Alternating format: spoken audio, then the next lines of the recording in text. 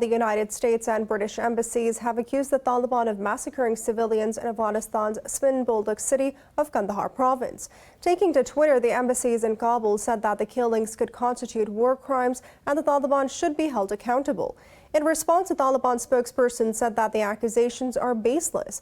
In a tweet, UNAMA reported that at least 10 civilians have been killed in Lashkagah and 5 in Kandahar in the last 5 days alone.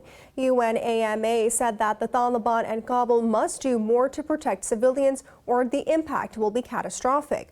Earlier, Secretary of State Antony Blinken termed reports on Taliban atrocities as deeply disturbing and totally unacceptable.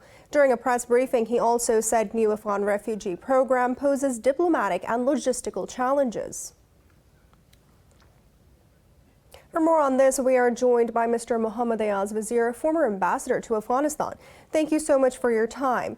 Now, with the Afghan air power now under attack, is the United States over-the-horizon capability enough to prevent Afghanistan from plunging into another widespread decade-long civil war?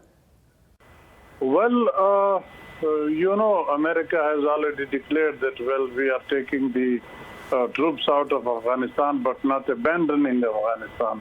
So they will try, according to the agreement that they had signed with Ashraf Ghani's government, I think in 2014 or 15, the security pact. Under that also they are required to provide security to the Afghan government. So they'll try to make it extremely difficult for the Taliban to walk into major cities.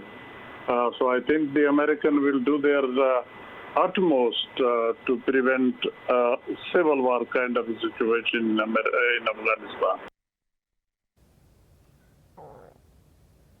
Mr. Wazir, how crucial is the battle for Helmand's provincial capital strategically and symbolically?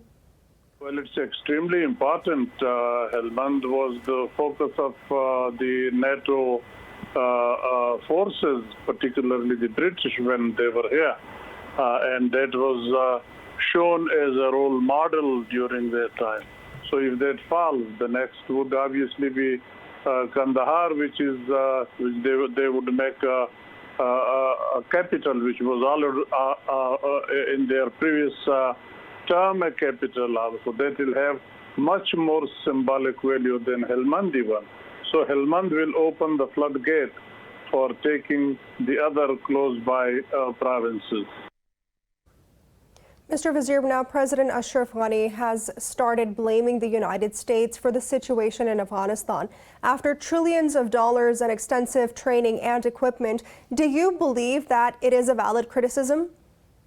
Well, I would say both needs to be criticized for the situation in Afghanistan. Ashraf Ghani and America both. They were hand in glove in the situation over there. The American decided to go out after 20 years. Leaving Afghanistan in complete mess. There is no real system that can control the whole country. Some is controlled by the Afghan government and the rest is controlled by the Taliban, and they are fighting. The Americans should not have left this way.